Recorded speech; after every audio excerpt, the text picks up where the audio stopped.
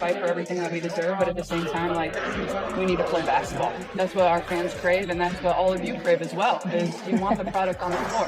And at the end of the day, that's how you make the money, that's how you're marketable, that's what the fans get excited about, that's what the fans want to show up for. So, you know, it's business and it's a negotiation, and there has to be compromise on both sides, and, you know, we're starting to get down to the wire of it, and it's become really important, and, you know, obviously I want to help in any way I can, and I try to educate myself the best I can. Obviously, I can't speak to... That specific speech encapsulates the most crucial message the WNBA will encounter this season.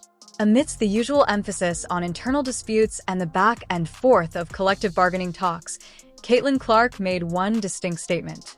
This advancement just cannot be compromised. Her assessment is absolutely accurate.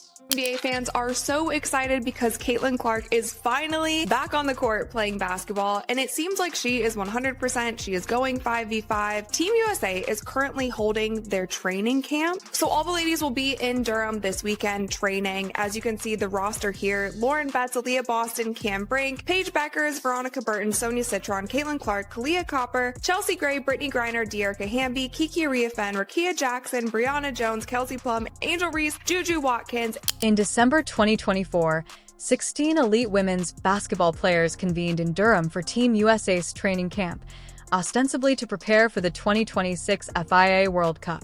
But there was a clear sense of tension in the air. If the WNBA Players Association and the league can't come to a collective bargaining agreement by January 9th, these players' 2026 season might actually be in danger. It's a brutal reality rather than merely hyperbole. The lineup included well-known athletes including Paige Beckers, Angel Reese, Brianna Stewart, Lauren Jackson, Kelsey Plum, and CaitlinClark. However, there was more to this celebration than only sports.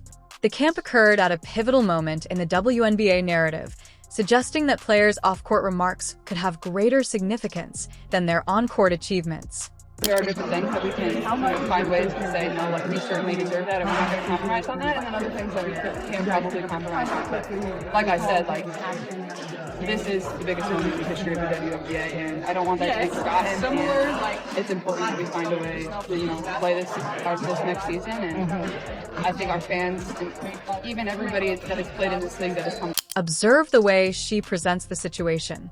This is the pivotal moment in the league's history. Not only significant but paramount, her swift transition to securing play for the upcoming season reveals an important insight. CaitlinClark knows what has to be said out loud. Without active competition, growth cannot be sustained. Recall the previous WNBA season. The 2024 season was almost here. How Clark will adapt professionally is unknown. Angel Reese's career prospects are unclear. There were roughly 6,500 individuals in attendance on average. More than 17,000 people attend each game of the Indiana Fever alone. This isn't a consistent improvement. It's a significant shift. Clark's claim gains credibility since it goes beyond straightforward gaming. It addresses the commercial necessity that seems to be disregarded in the present talks. The WNBA has wrapped up its most lucrative season. Ratings climbed by 70%.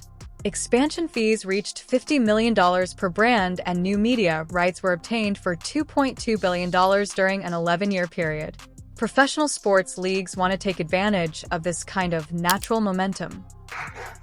Thank you, Caitlin. This is the biggest moment the WNBA has ever seen, and it's not something that can be messed up. I feel like I have been screaming this at the top of my lungs through all of the messiness that has happened over the past 2 seasons in the WNBA. You have a moment right now in women's basketball, and specifically in the WNBA. You have a boom that we have never seen in the history of this league. Do whatever you can to not mess it up, and they've already done multiple things. That is like shooting. And there it is. Despite being unpopular in today's discourse, the need for compromise is an incontrovertible fact. Players support universal charter flights, not just for playoff teams, in addition to a higher revenue share and improved compensation for all players. Even though these rights are legitimate, it is critical to make enough concessions now to avoid a work stoppage that may reverse all recent progress. Kelsey Plum described the CBA talks during the same training camp as sad, highlighting a big gap between the two parties. Between December 2024 and the deadline of January 9th, very little time remains to close this gap. These protections are absent from the WNBA. The NBA, on the other hand, can endure a lockout thanks to its vast infrastructure and well-established fan base. This league is still in its early phases of development. Stopping development in the middle of construction would be an irreversible blunder. Kelsey Plum off the screen, kicks to CaitlinClark for three. CaitlinClark up the court. Another three.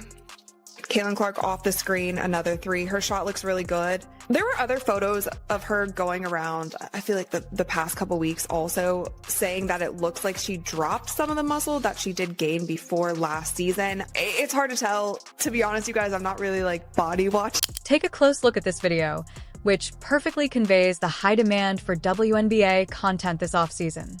Since the Fever lost to the Connecticut Sun in the initial round of the playoffs on September 25, 2024, CaitlinClark had not played competitive basketball. After more than 2 months without Clark on the court, there was a palpable air of anticipation. In this place, she does, however, move with ease. Her footwork is precise, her release is graceful and straightforward, and her shot has no hesitancy. After viewing her agile performance, lingering doubts about her rookie season's physical changes, such as whether her extra mass caused plantar fasciitis or other soft tissue problems, vanish. She radiates comfort, well-being, and most importantly, delight. We had the photos last year from Media Day when she was like flexing and all that, and you could clearly see that she had put on a lot of muscle, but it's hard to tell here, so I'm not really going to comment on it. But there were some fans that were saying it looks like she dropped some of the muscle that she put on, and a lot of people were wondering if that is why she had so many soft tissue injuries during last season, but again, I don't know. So I'm just going to leave it at that. And here's another clip, you guys, of CaitlinClark's signature three. She's dribbling the ball up the court, goes to her left. Paige Bucker's game-winning side-deep against CaitlinClark attracted a lot of attention right away. Critics quickly seized upon it as definitive proof of something while ignoring its essence. This is an ideal illustration of what supporters desire. There is just two exceptional athletes playing basketball. There is no manufactured rivalry or drama on social media. The intriguing bond between Caitlin and Paige symbolizes various routes to success for both parties.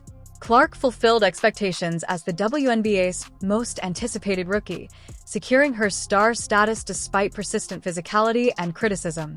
Booker, who is slated for the following season but with a unique skill set that gives more systemic adherence and defensive versatility, is subject to similar expectations. This stylistic mismatch makes their encounters fascinating. Most importantly, the WNBA desperately needs more of this training camp, these scrimmages, and this vital component, not less. A work stoppage would eliminate it all. No games, highlights, viral occurrences, or casual followers becoming ardent supporters will take place.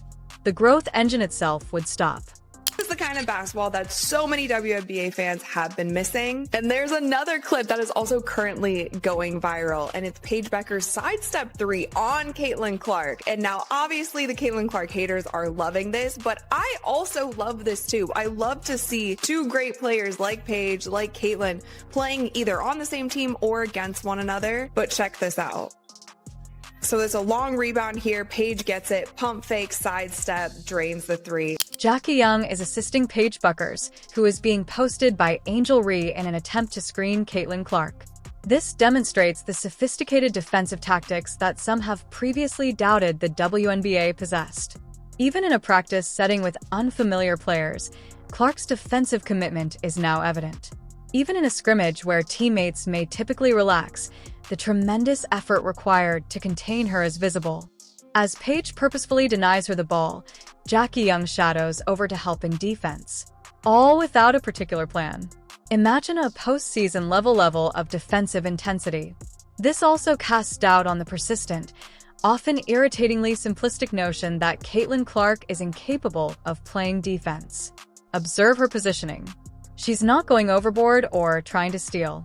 She finishes her assignment and points opponents in the direction of help. This is what basketball is all about.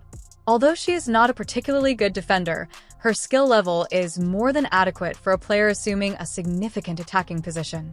Right here in Team USA training camp. But it is so interesting because so many outlets are picking up this clip and it's like, oh, Paige Bueckers drains a three in CaitlinClark's face. And she did. She absolutely did. But this is fun. I just love to see all these young players. And this moment is the embodiment of the top. A diverse group of players from various backgrounds and draft classes are brought together by the desire to represent Team USA at the highest level. The vibrant life is revealed by their enthusiastic reactions and relentless rivalry. This is a merit-based women's basketball game on the platform. Crucially, though, all of this positive momentum and excitement would disappear if CBA issues prevent the 2026 season from taking place. Team USA refused to give up. The fundamental WNBA, which enabled such moments, would be permanently harmed even though players would still train. It is dangerous to negotiate the CBA. Both sides have compelling points. Nonetheless, the consequences of failure exhibit a notable imbalance.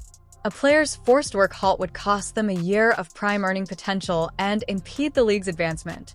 However, a strike has the potential to erode fan interest and be irreversible.